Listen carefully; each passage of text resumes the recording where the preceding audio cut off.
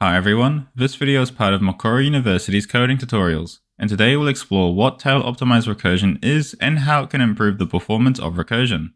We'll demonstrate the concept of tail-optimized recursion by tail-optimizing our previous sum range method and compare the call stack in normal recursion with that of tail-optimized recursion. Tail-optimized recursion, also known as tail call optimization, is a way of writing your recursive functions or methods in such a way that they can use less memory by reusing the original call stack frame. With how we looked at recursion so far, each recursive call creates a new stack frame which is added onto the call stack. When the call stack gets too large, we end up with a stack overflow error. Instead, if we write our recursive solution in a specific way, which we'll look at in this video, the same stack frame can be reused. The two things we can do that make this possible is having the recursive call be the last statement in our method and write our solution in such a way that any recursive calls do not modify the value that is returned. If the language's compiler supports tail optimization, then it may perform this optimization if these conditions are met. There is one limitation about this which we'll speak about later on. We haven't yet optimized sum range, but just so we understand the difference, let's take a look at how the final call stack looks before the result is returned with the non-tail optimized and tail optimized versions.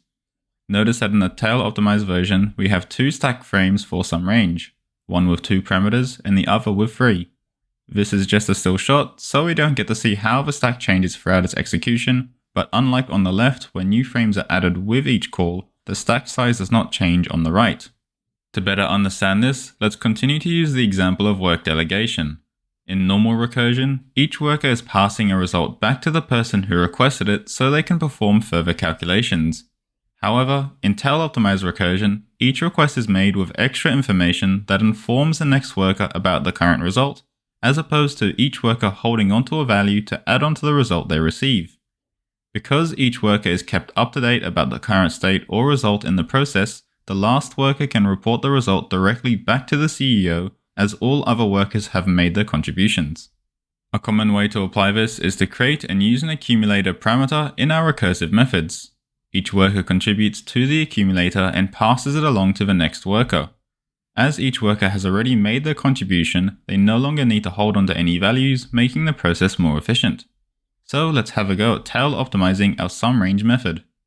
When making a tail-optimized method, we generally want to add one or more extra parameters, but we also might not want to change the way our method is called, so we'll create a helper or proxy method that looks just like our original sum range method. This means it will have the same return type, name, and parameters.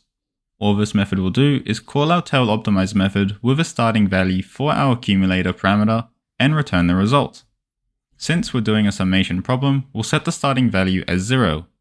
Now let's add an extra parameter to our sum range method, and in this case, we'll be accumulating the sum that will be returned, so we'll make it an int and call it sum. Next, our base case remains the same, however, instead of returning 0, we need to remember that the last method call will be returning the final value, which will be stored in our sum parameter. So we'll change it so it returns sum. In the recursive case, we perform all our workers' computations before making the recursive call, so an updated sum is passed along. We can update the sum here by writing sum plus equals low before we make the recursive call. Now, in the recursive call, we remove the leading low plus in the return statement. We'll keep the first argument as low plus 1 and the second argument as high. We'll then add the parameter value sum, which we added onto as the third argument, and sum range is now tail optimized. When our proxy method is called, it calls and waits for a result on the call stack from our new tail optimized method. Then the tail optimized method will accumulate or build up the sum with each recursive call rather than on the return of each recursive call. When a base case is met, the final accumulated sum is returned directly to our proxy method, then to our main method. As a side note, we have looked at tail call optimization as it is an optimization that compilers of many languages can make, resulting in more performant, more memory efficient, and easier to debug recursive code. However, at the time of filming this video, Java does not support this. This means that in Java, the call stack looks very similar to the non-tail optimized call stack, meaning return values are passed down the stack instead of directly back to the original caller. Although we don't fully benefit from tail call optimization in Java, we've still made our code easier to debug as the result of each calculation is in the parameter values being passed around, making tracing our code easier. We can practice writing tail call optimized code in Java, and in the future you may use other languages where this is supported by the language's compiler, so it is useful to learn. In this video, we learned about tail optimized recursion and its benefits. We demonstrated the concept of tail optimized recursion by making our sum range method tail optimized. This involved adding an extra accumulator parameter and changing where the summation occurs in our code. We also created a helper or proxy method to set our accumulator parameter's starting value. In the next video, we'll practice implementing recursion with 2 more problems. We'll also see how recursion works with strings. See you there.